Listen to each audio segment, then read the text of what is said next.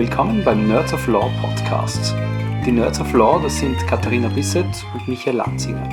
Wir präsentieren euch Neuigkeiten zu Recht und Technik, spannende Interviews sowie Tipps und Tricks generell zur geekigen Seite des Rechts. Denn vergesst nie, Law is the ultimate science.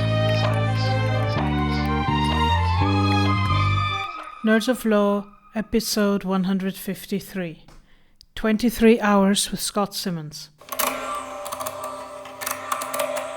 Dear listeners, again, Michael is out cold, literally, and while he's suffering silently, I can talk to Scott on my own, so I'm not going to be disturbed by his mooning over Scott, so that's really good. Much better interview. Yeah, so this episode we got Scott Simmons back, and even though it's in English, Scott contributed 1.5 chapters to the Next Level book, which, well, I did the translation afterwards, but I also wrote the BD chapter with you, and we did one about growth. So basically it was me like saying, oh, I want to grow, I don't know how, let's make Scott write a chapter about this.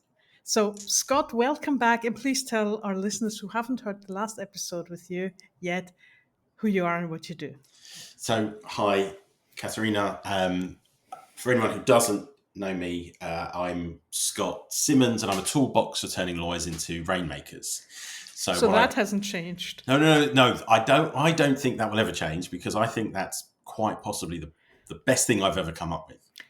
I'm not that creative. So I was really happy with that.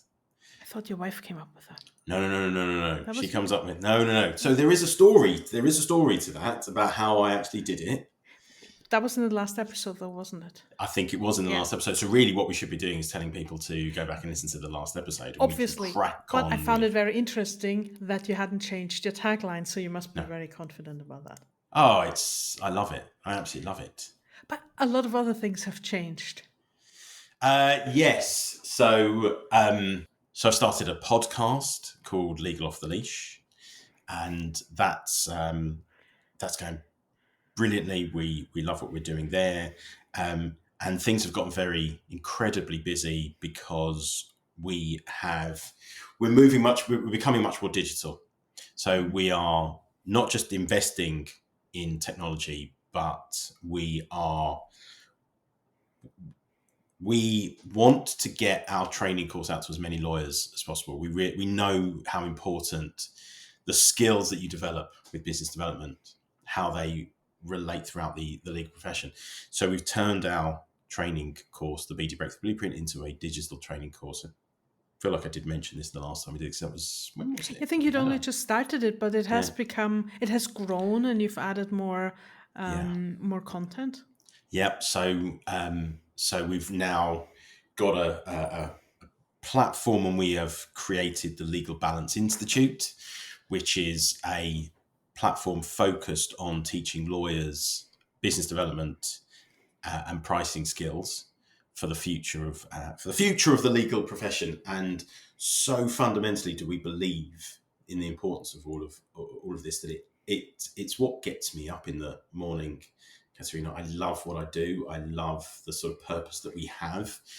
And I love getting the opportunity to work with the likes of you, Katharina, because the last time we spoke, I think we'd only just started working with each other. Yeah, it was, I looked back, it was August. So mid-August, it was almost exactly a year ago. We were talking about this before we started recording, which I should have recorded actually, saying that when we're talking about in mid-2024, we're talking about 2025 and the goals you just set for myself. And I called you crazy for the numbers you thought I should target. And now it's early September. I'm like, yeah, easy. and it's absolutely mind-blowing. It was one of those things I was like, okay, I know I need to do this. And I heard your voice in my head more than I care to admit to my husband. Like, Scott won't let me say this. Scott will never let me give 10% rebate or something like that. I think if there's one thing I'm most proud of about what I do is the fact that I get inside my clients' heads to the point where they would rather not do something that because they know they'll have to admit it to me, and I will then tell them off for doing it. So kind of like, as you mentioned, giving somebody a discount, I would be furious. I would rather tell a client no than tell you I didn't. Yes. Yeah, because and I think one of the things that, again, that was the joke about the being proudest of those sorts of things. But I think I love doing what I do because calling it skepticism is a bit harsh on you. But that's my factory setting. Skeptic is my factory setting. But I think the fact that sort of almost lack of belief that you had in this idea that you could reach those financial targets was almost the most wonderful, was the most brilliant challenge for me, because I knew that you could do it. And it's the biggest thing in all of this is mindset. It's overcoming that belief that it can't be done, that we can't do something. And the minute that you can overcome that, and the minute that you just say to yourself, do you know what? I'm going to just change this a little bit and change that a little bit and change. And it's just those 1%. It's always the 1%. When you can start to do that, you realize, oh, hold on a second, I'm getting closer to that target. I'm getting closer to that target. And actually, hold on a second, I think I might hit that target. And hold on a second, I actually have gone past that target. And one of the other things that I really love doing with clients is that, we set a goal. We set a goal for maybe it's like 200,000 euros or 250,000, or maybe it's 500,000. And one of the things that I often like to do is then not really sort of look at it week to week, month to month, not kind of check up on it too often, because we set the goal and then we leave the goal behind and we focus on the actions. We focus on the things that we're going to do day to day. And by focusing on the things we do day to day, that's the bit where you stop worrying about whether you've had a good month or a bad month, because we know in those early days they're going to be up and down, they're going to be mixed a bit. And we just focus on the actions. Just focus on things that you're going to do day to day. And then what you find is that if we look at it 6 months later, or even if we don't look at it till the end of the year, you realize that you've gone past that goal because the actions that you're taking have done so much to get you past those goals. And that's an interesting point, because there were moments where I was struggling with I need to reach this goal, need to reach this goal, need to reach this. I broke it down on a monthly basis, of course, because I like to stress myself out unnecessarily. Yeah, there were moments like, this is stupid. I'm still going to reach the yearly goal even if I bill it the next month or whatever. So those were the things that I had to learn, and where I really learned firsthand how KPIs can stress you out. But in general, I think that was also a reason why I wanted to write the BD chapter with you. I could have just asked you to do it, because I wanted to. You probably wouldn't have said no for your sins. But I wanted to prove to myself that I internalized it, that I understand what's going on and how it works. And growth for me was the bit where I don't know what's going on. So this is the bit that I feel like, okay, I still have to learn this. But on the BD chapter, I really wanted to go in and say, okay, what have I learned? Right, really this moment, taking what I've learned and trying to teach it to someone else as a learning experience again. And I think I was most impressed by the way that it was almost felt personal to your journey. So you were actually there. Yeah, the things that you'd learned, the things that you on this journey with business development, I was kind of really impressed with how it would have been very simple just to have followed the structure of the training of the BD Breakthrough Blueprint, but you added so many personal touches to it that reflected the journey that you went on, and I think that was what I really enjoyed in it. Yeah, really, I kind of really loved kind of taking the reader on that journey, because that's what it was for me. And I find it interesting that you say that mindset is the biggest change. Yeah. Yes, understand it to a degree. If I could pinpoint the biggest factor that changed things for me in the BD training, was how to talk about my work. Yes.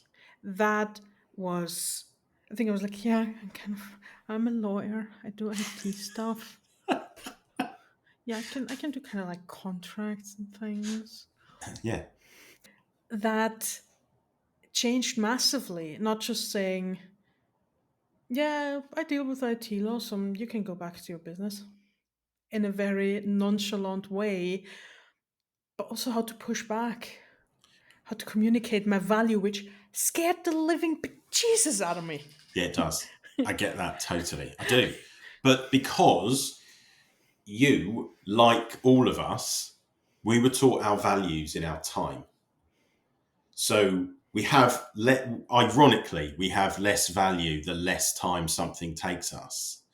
And yet to clients, it's more valuable to the client the less time it takes us. And yet I hear it and I still hear it.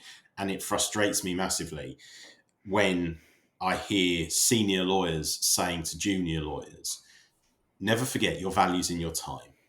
Because it's not. It's not. Your value is in the knowledge that you have. Your value is in the service that you provide to clients, the outcomes that you produce for them. You know, that beautiful word, transformations. Those transformations that we create, that lawyers create for clients, that's the value. And you can create a transformation in 12 months, and you can create that same. You can create a transformation in 5 minutes. The value to the client is still the same because the client values it. And when we say our values in our time, and we've changed the life of a client in 5 minutes, to say that, oh, it's only worth 1 unit of time, it's always been mad to me, because then we don't know how to articulate what it is that we do, because the only thing that we know how to say is that, well, we're really valuable to you when it takes us loads of time to do and it's so much effort for us. And if something's really quick and easy, there's not the same value in it. And that's why I talk so much about it being a mindset thing, because once you can change that way of thinking, you can start to see the places in which you really do add value. And then the next step becomes to be able to articulate that value. And as you go through that journey of understanding what your value is, and you look down and you go, wow, these are all of the amazing things that I do, you actually want to articulate it to clients, because it almost begins to frustrate you that you have the relationships that you do with clients where you feel like they don't value you. Yeah. And so you want to talk to them about all of those ways that you add value. And so it becomes really important to you to get that across. And so you start to work on it. Yeah, and that's that's amazing. It goes along with I feel like for me one of the biggest luxuries in the business going well is being able to say no, throwing a client out, turning someone down, that where everything inside is like, yep, no. But then really being able to invest the time, going the extra mile for the ones where it's just absolute blast to work with, who appreciate what you're doing, and who wouldn't question your price because they know you're worth it and it's just fun. And then someone comes along and you think in the first consultation, like, oh god, this is already annoying me. Yeah. um so yeah. And think about it. Go back in time to those times when you took on clients that you didn't want to take on. It was And always a mistake. right. And think about why you took them on. If you're like most other lawyers out there, you took those clients on because you didn't know where the next piece of work was coming from. So you can't possibly turn that client down, because what if it's another month before something else comes through the door? What if it's 6 weeks or 8 weeks? And so that fear, that scarcity mindset that we have causes us to take on clients that we don't want to work with. And then the impact of that is those difficult clients end up taking time away from the clients that we really want to work with. And the impact of that is that the really good clients who we really want to do work with, we've got less time for them, less resource for them, because all of our time and resource is going towards the clients that we didn't even want to work with. Yeah. And so what does that say to the clients that you do want to work with? Oh, it would be great to keep working with Katharina, but she never seems to have the time for us. She always seems to be really busy. She can't get back to us as quickly as we want. And the reason for that is that you are getting back to that client who is just being really, really difficult and questioning everything. And you're having to double and triple the responses because they weren't listening to you the first time or the second time. And yet you don't want, you're too afraid to turn them away. And then you, Katharina, go on this journey and you realize, actually, if I do this and I work at this and I'm consistent with my business development, I can start to see that there's a pipeline coming and that the pipeline is getting better, and it's the sort of clients that I do want to be working with. And so now I've got options. I can turn around and say, do you know what? Actually, I don't want to work with that client. You know where for me the magic happened when I looked at my ARR, annual recurring revenue, split up the months, and there's some chunks that come in biannually. The first time there was a month where the flat fees were, I think, only 50 euros below the expenses, the fixed costs of that month. Yes, it was one of those biannual things, but it was still like, yeah. Like that month, I mean, if I didn't pay myself, I hadn't paid myself yet at that point. I was like, I could just like really do nothing. Yeah. In those situations where you take on everything, even if it's like an extremely stressful time and you take on everything because you're like, yeah, maybe next month no one will come. And then they do. And then you just burnt out on people and things that you really don't want to work with. And yeah, I've always had the feeling that when my first gut feeling was like, oof, it was never worth it. Yeah. It was never worth it because they basically were a walking liability. But the important thing is the lesson going forward. You can look back and go, oh, I wish I hadn't. But it's about saying, okay, now I know what it is that I want. I know what I'm prepared to accept. I know what I'm looking for. I know what I want in the kind of clients that I want to work with. And now going forward, I'm not prepared to accept anything less than that. Yeah, the list is growing. So I'm trying to abstract the things where it's like, oh yeah, that's what annoyed me. That was the red flag. So it's kind of like it's a bit on my to-don't list, where I add also red flags of things that, yeah, okay, if you're doing that, like I'm not even going to. Yeah. And that's really great because then you can quantify your gut feeling a bit better. Yes. But yeah, I said it also the other day, and to a client, I was like, yeah, the biggest luxury is to say no, to be able to say no. Yeah. And I think they feel it. Oh, yeah. It's this kind of when you're this desperate people trying to pick someone up at the bar, and the ones who are like, meh. Yes. But remember, as you say to a client, I have the luxury of being able to say no, right? You're planting a seed in the mind, in the sort of mind of the client of, hold on, do I make the cut? Do I make the cut? Am I the kind of client that Katharina wants to work with? And so now you get to be much clearer about the type of client that you want to work with, and you get to set the terms with the client. Those that kind of expectation mapping that you do isn't just you, the client, setting expectations for you. It's you setting the expectations for the client, and then the client saying, oh, do I meet the criteria to be a client of Katharina's? That is a beautiful place to be in. Absolutely, and I just love, like, I just feel much more comfortable in what I'm doing, and I feel like I'm coming up to my 5-year anniversary in 3 weeks, and I felt like the first 4 years were just absolute madness for one reason or another.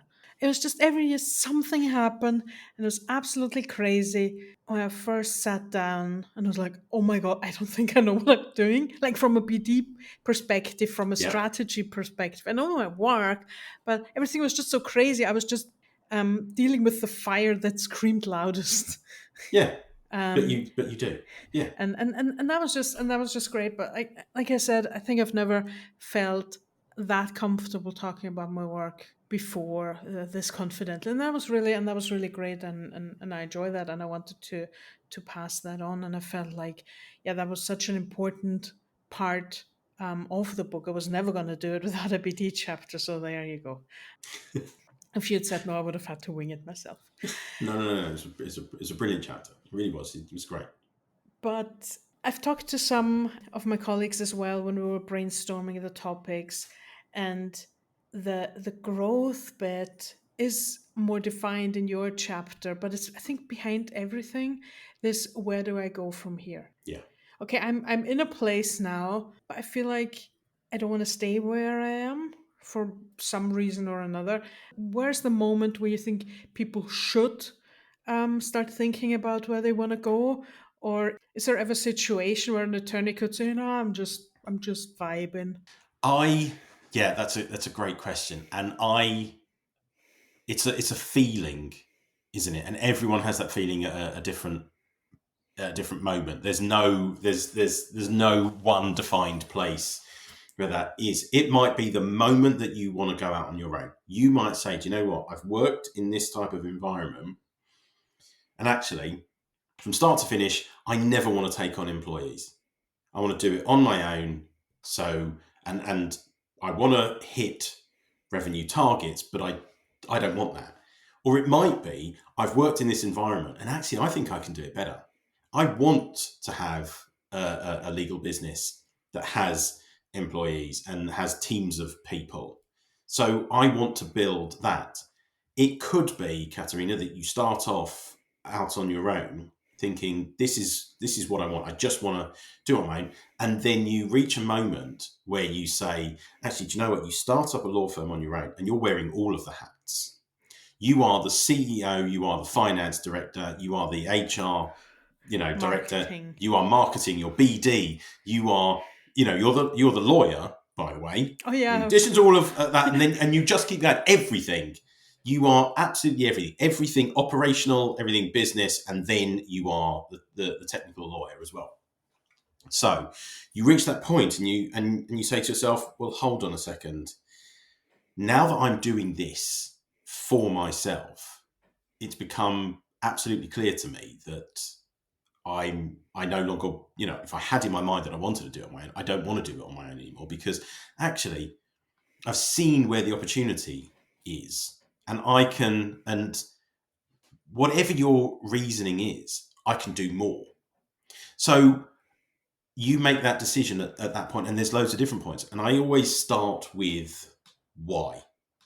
I always start with what's your why in all of this? Why did you want to do this at the very beginning? And when you reach that point where you think to yourself, actually, I want to grow in whatever that might mean, has that changed your why? Is your why still the same? In which case, your why might have been that I do want this kind of growth, or it might have been I just want to stay here and I'm doing it for a bit of financial freedom, but I want time back. I want family back. I'm doing it for my own personal health, so I don't. And then you begin to realize that actually you might have things might have changed for you. You touched on something very, very important, and that's something that I needed to learn as well, is that all the things you're talking about growth, about where you want to go, usually revolves around money and revenue and head counts and stuff Mm-hmm. like that, or number of clients. It's usually around the business. So many people forget that your goals, your why can be within you, and the business is just the vehicle, the thing Yes. that allows you to make this possible. And that Yes. was very important that you said that, because I think we often forget about that. Right. So I've worked with all sorts of people, but what I'm finding increasingly is that I'm working with people who have spent 10, 15, 20, 25 years in legal businesses, in big legal businesses, and they've worked themselves incredibly hard not to get anywhere near the top of the business. And they've decided that what they want is they want it for themselves. They want to be in much more control. But actually what they don't want is they don't want to be working set hours, to be set targets that they feel they're never going to reach, and then go through that cycle year after year after year after year. And so they decide, oh, I'm going to come out of this, and what I want is I want to do it on my own, and I want to do it my way. And all of these but it is true.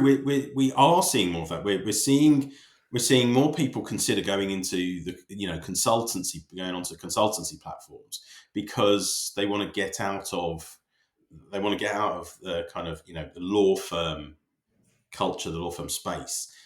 Do it on their own, but not kind of have to be so heavily involved in the back end side of things. They just want to be left to get on their own. There's also those that don't want the consultancy platforms, but they still want to do it on their own. And this is what is changing. The reasons for it now are so varied.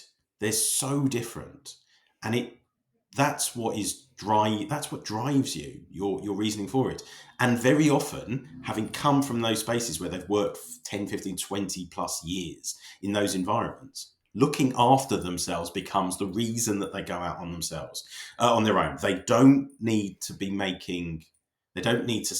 work in that kind of environment that means they have to put in 12, 14, 16-hour days, because their why is, I want more time outside of this. Since I completely trashed my questions now, and I warned you about that because it's happened to everyone, so why do we even bother in this part of the podcast? What I wanted to talk to you about, and you just said working 16 hours a day, I want to talk to you about the crazy billable news that were around lately. Yeah. It was a woman, wasn't it, who billed 26 hours in a day or something like that? How did the story go? Remind our listeners. Okay, so a lawyer in the UK has been struck off because on, I think it was at least 3 occasions between, I think it was 2021 and 23, she was found to have billed 18 hours, 20 hours, and 23 hours. And what had happened was she had billed them to files that had agreed fees, fixed fees, those kind of files where the hours weren't going to be charged to the client because they already been agreed. So in sort of her thinking, no one was going to be losing out. Client wasn't going to be paying more for those hours. Right, because she was measured on the hours she was billing. Because she was being measured just like everyone else, and so she had put down these hours on these files, and I don't think you do it. I don't think you bill 23 hours knowing that you've put down 23 hours. I'd be surprised if she realised that what she'd done on those few occasions was she billed 23, 20 and 18 hours. But you do it out of desperation. And it is very easy. For me, it's very easy to say, well, that's her fault. It's her choice. It's her doing. It's her actions. It's a system. It's the system. It's the system that creates that desperation to hit those kind of targets. And when you're working in those environments, when your number one metric is reach these billable targets, that's the metric you're going after. If the number one metric that you were judged on was customer service would come before everything else. Now, it might come to the detriment of the firm who drove itself into the ground, But if your only metric in which you are judged on is time that you bill, that's the metric that you are going to chase. But that because you said you build it on projects that already had a fixed fee, which means that then it would be irrelevant how much you actually made per hour, which then is again crazy because what's the purpose if you've got a if you bill like I don't know 200 hours on a fixed fee project that's maybe like 2,000 euros, then you'd go out with a really crap hourly rate, but you still billed your Right. 200 hours. Okay, so what then actually did happen was that what was happening was that fees under those fee agreements were being apportioned based on the number of hours that had been done on those matters. So she was benefiting, but in a different way. So the apportionment of those fees were distorted because of the hours that this solicitor had put in. But again, I don't, you don't do these things often realizing that those are the implications. You're simply trying to hit target. The weird thing is that I'd only skimmed over it because I thought, oh, I'm going to ask you about it. And I thought it wasn't even done under the biggest quotes maliciously. I thought it was just one of those, I built a 6-minute increment for 3 minutes work and just managed to get it up to an absurd amount because like in say 10 minutes I managed to bill 5 times 6 minutes increment because I did only 5 times 2 minutes work. But imagine what you've got to do. Imagine the kind of time recording you have to do so that you say, I can't. One email in that says received, that's 1 unit, that's 6 minutes, but it actually only took me 1 second to review it, right? The amount of those that you'd have to add up to. So there's going to be a fair amount of numbers of hours that are put in reviewing documents and various things that actually did take hours.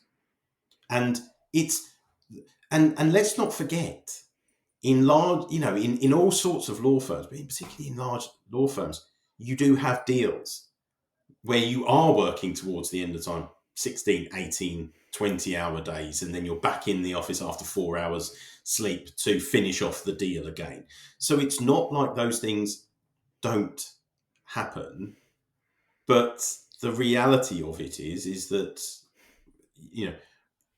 so Roll On Friday, a UK publication for the legal profession, ran an anonymous poll and found that 35% of lawyers who were polled on this admitted to padding their timesheets. 35%, Katharina, say that they pad their timesheets. And so for this to be so easily ignored, so easily washed over, when I wrote about this in a LinkedIn post, somebody said, it's you can't judge the legal profession on those sorts of things. Half of them are just made up, and you think, what? There's no reason to make that up. There's no reason to say you're padding time. No one is going to say, yeah, of course it must be true, because no one's going to admit to it publicly then. Right. But if you're doing it anonymously, there's no...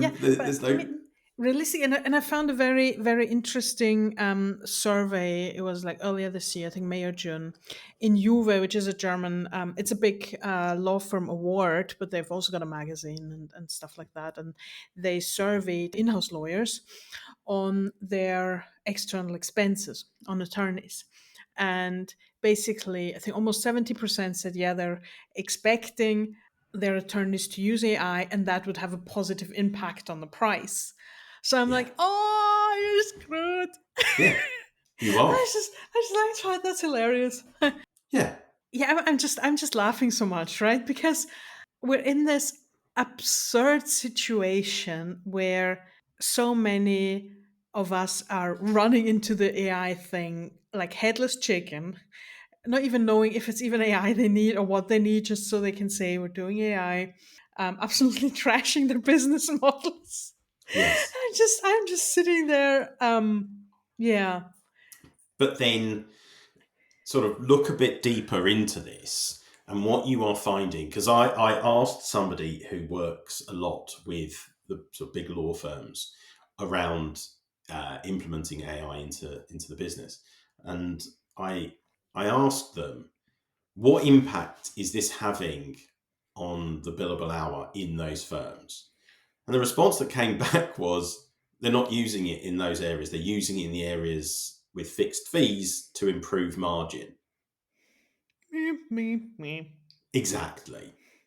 So you're Do not we really doing believe that? Because the young associates are going to use it. well. You're not. So then, if you're then using it, if you are a young associate and you are using it, all it is doing is devouring your billing target, your ability to meet your Yeah, and billing they're going to target. be completely buggered, those Of poor course you sods.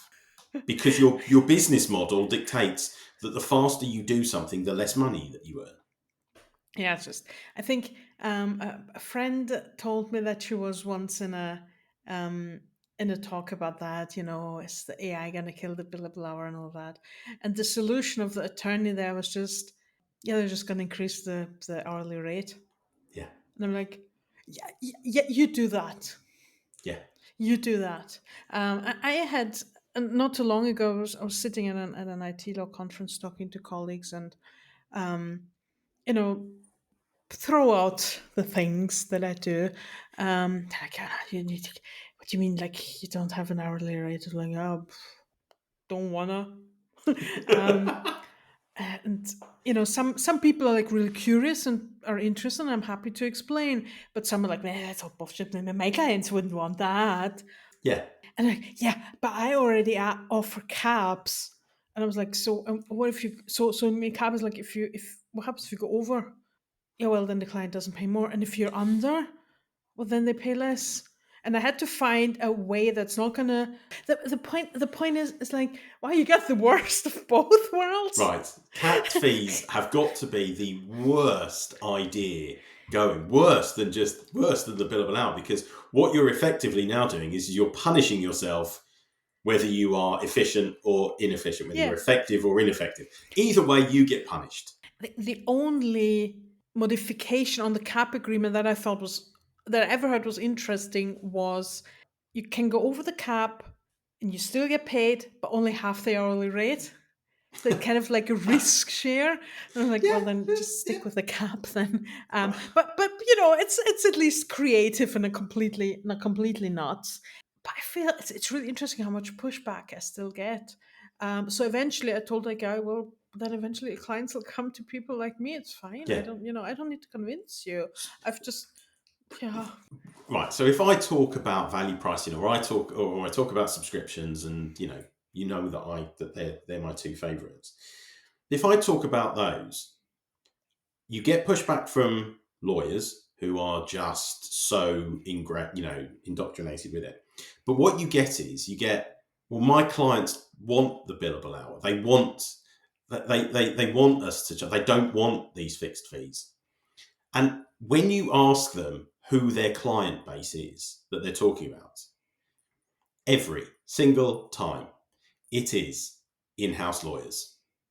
So it's in-house lawyers that don't want, because they've been trained on the billable hour. But so they're whether they went straight into in-house for training and things like that, whatever it is, they were trained. They That's what I were know. in the environment of the billable hours. It's the only thing that they understand. Find me a client who does not want the certainty of price. Find me the client that would rather go, yeah, do you know what? I would rather this go on forever, with no end in sight, than for you to tell me what the price is going to be. Find me the client that would prefer that way. And they don't exist. They are only other lawyers. I mean, there are more and more who are pushing back because they've got budgets and things like that they need to spend and that they need to be able to calculate and things like that. And Stephanie Tuna, she's one to be very, very vocal about things she's not going to accept anymore being in house. But I actually recently, no, it was last week, I had quite an enormous pushback and it was quite funny. So what happened was I was talking to a lawyer who requested a contract, but with, let's say, extended rights to what I would usually offer in my terms. So that was also like, okay, they want to recycle that in a couple of ways, which might lose me clients or maybe not, but they just wanted to do more with it. So gave her a fixed price as usual, and she comes back like, so and what's your hourly rate? I was like, I don't know. I don't have any. Yeah, because procurement might want to know. I'm like, yeah, tell them I don't. And she was like, okay. What happens if procurement calls me what my hourly rate was? I was like, I don't have one. Yeah. But they need to compare prices. And I was like, how are you going to do that? Yeah, by comparing the hourly rates. And I was like, how's that going to help you know how much you pay? Yes. I know if it's a competitive hourly rate. I was like, should I just like make up a number now? Well, just tell me like your hourly rate and then how long you think you will take for it. I was like, well, how long how long I think it would take me has got multiple problems. Part of it is extended rights, which has nothing to do with how long it takes me. B, I don't know how long it would take me because I haven't tracked however long something takes me in ever. Mm-hmm. And three, I'm so standardized, I couldn't even tell you. So that part I didn't tell. But it's the simple fact of you seem to be more interested in my effort than your outcome. Yeah. The outcome is that I'm going to get you that outcome. Yeah. My job is to get you that outcome. And with that outcome comes this price. And as long as the scope stays the same and you tell me how you want this relationship to work, that is the price. So my hourly rate can be whatever, right?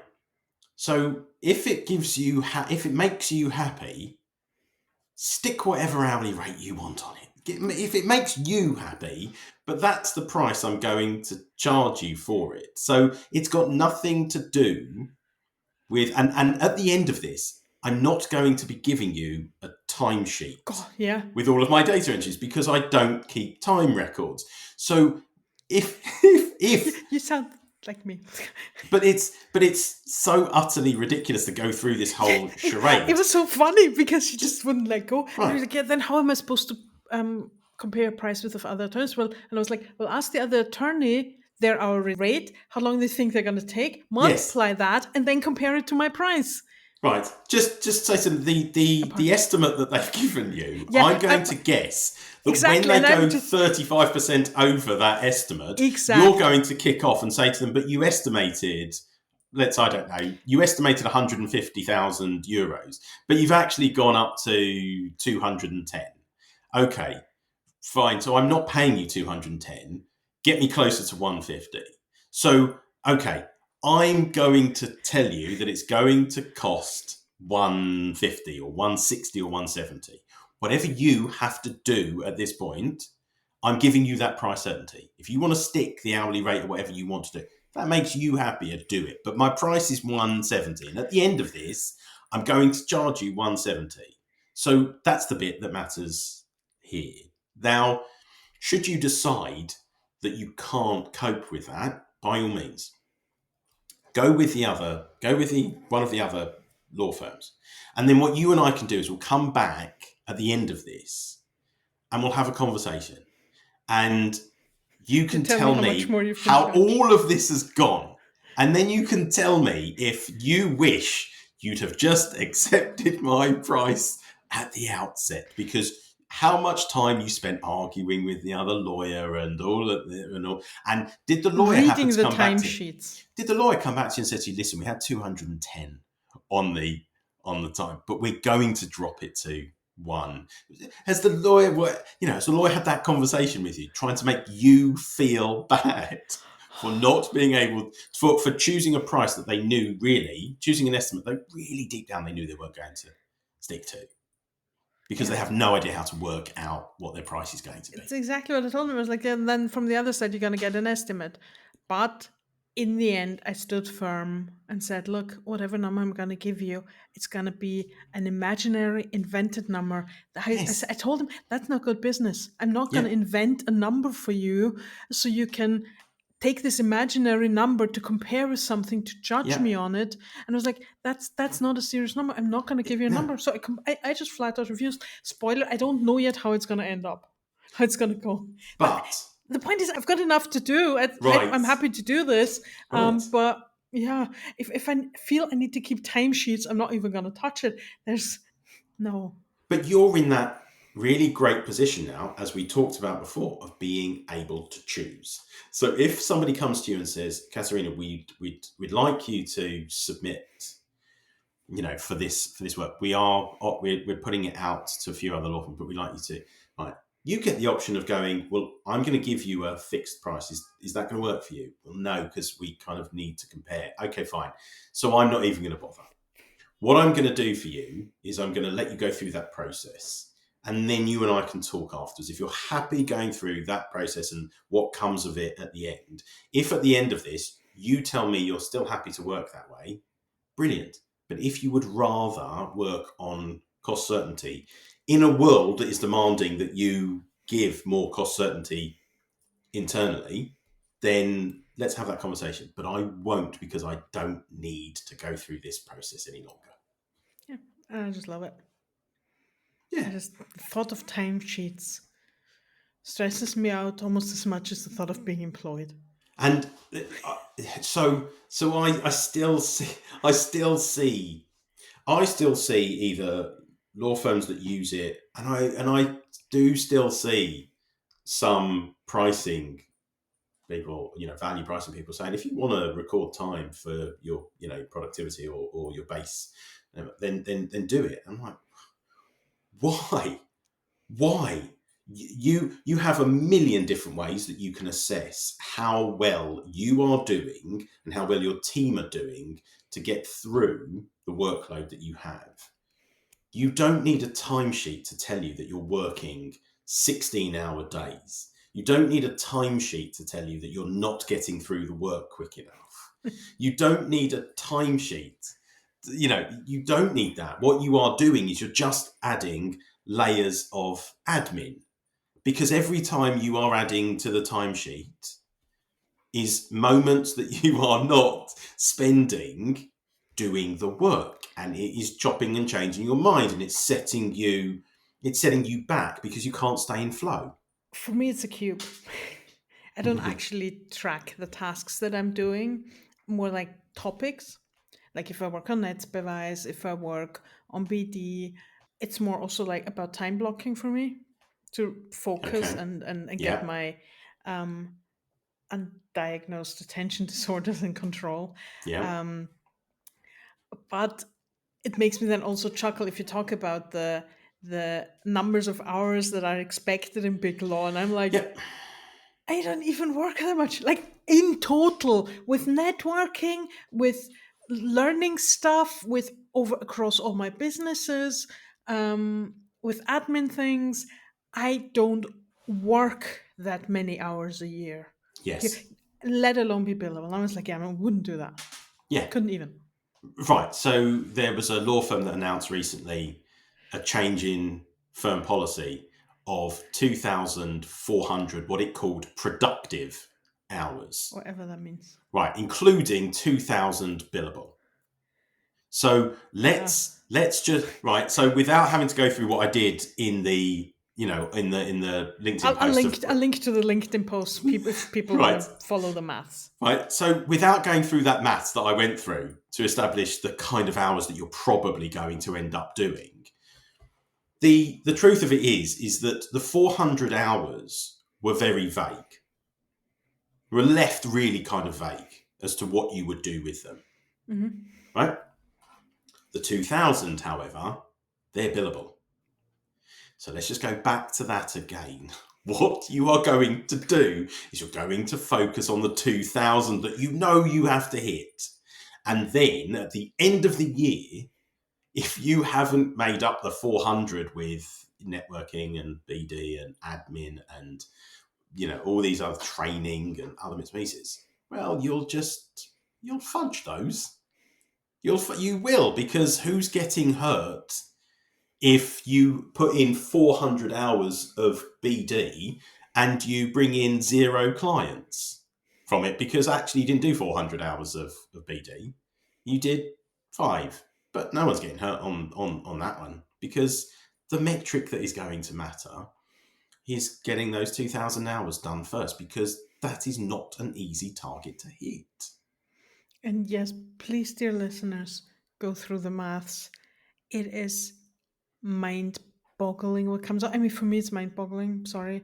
So now all the listeners from Big Law who were never going to hire me, toodles.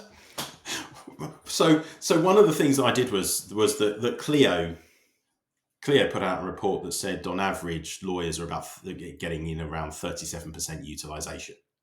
Okay. 37%. Okay, could you just explain quickly what it is so that our listeners know? So that means of the time that you're spending, about 37% of it is on billable time. The rest of it is billable and also the money you make, or billable and then roll in? No. Does that already take into account the write-offs? That's not realization and collection. I just meant to say that's not utilization. Is not realization. So it's not the money where your boss then goes, yeah, we can't bill that, we can't bill that, we can't bill that. That is just the hours that you are billing. Right now, the truth of it is that bigger law firms will have much higher utilization. They will have much higher utilization because they take away a lot of the admin stuff from the individual attorney. Right. So they will have higher. But let's say it's 50. There's sort of recommendations in the US that you should be aiming for 70. And those that are really, really good may get as high as 75, but they are, they're outliers. They're not the average. Because once you start thinking about what else goes into your day, just being a human being, like going to the toilet, that's not a productive hour. That's not a productive hour in the law, according to this law firm. But once you start working it out, the numbers are quite huge. And if everyone was as productive as they say that they can be, you wouldn't have lawyers saying, started working this morning at 7 a.m., worked all the way, came home, said hello to the family, had dinner, then worked all the way through to 10:30, repeated that Monday to Friday, and then did Saturday and maybe half a day on Sunday. If everyone was that, and you get those kind of posts coming up all the time on social media platforms, if everyone was was hitting the high levels of utilization, they wouldn't be saying that they're working 14-hour days, 6 days a week, plus doing a couple of extra. And remember, those same lawyers will go on holiday, and they will work while they are on holiday, right? So they will, but probably not as a planned vacation, but like being stressed out, not being like, okay, I'll put 2 hours away to work and then I'll relax. There are probably 3 days in the year where a lawyer definitely won't work, right? Christmas Day, Boxing Day, and New Year's Day. Now, you can replicate that across different religions to whatever their highest holy days are, right? But there will only be those high holy days that they definitely won't work, because unfortunately, it's not considered a high holy day to go on holiday with your family and not work. You will work when you go on holiday, and you will work at the weekend. It's just the way that it's become, and that is because you have targets to hit. You will end up with no personal life anyway at the end of the day, and then that frees up more time for more work. Well, yes. I don't know if your wife, my husband, would put up with that. No. Plus, she's your boss. So. Plus, she is the boss. So if she does catch me working at the weekend, she does not hold back. I know if I've got like an inspired moment, I've just got a great idea for something, sit down, get it out, but just I need to get this idea on the page so I don't forget it. But that's about it. And yeah, I mean, we've totally, I mean, people read the chapter. If you want to know how to get we've gone so off course. Dear listeners, if you want to know how to get there and make bad jokes about billable yearly targets or whatever nonsense, read it. I think that sums it up, right? Yes, there's that, but there's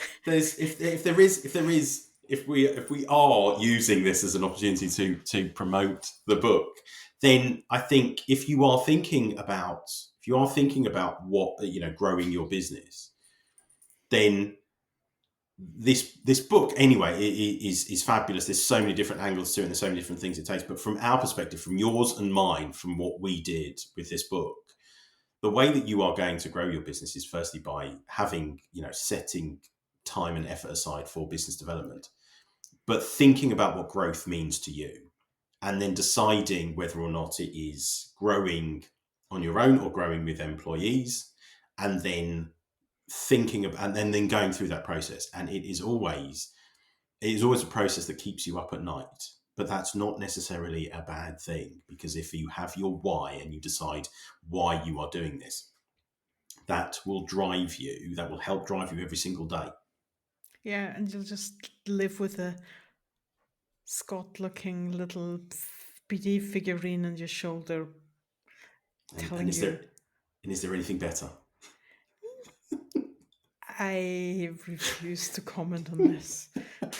Michael isn't here, so I don't have my criminal attorney present. So let's just not go there. Yes. But because he isn't here, I have to ask you the last question. Yes. Lego or Playmobil? Oh, Lego. We are obsessed with Lego at the moment. What's your favorite Lego? So we are just about to finish the Mona Lisa, and then we're going to start on a NASA space rocket. But for my birthday, my amazing wife got me the orca and the shark from Jaws. And I can't tell you how happy I am to have that. But obviously, if people don't know, Jaws is my favourite film. I talk about it all the time. That is a present that will probably never be beaten. Oh, that's just fantastic. What's your favourite anyway? Starry Night from Van Gogh.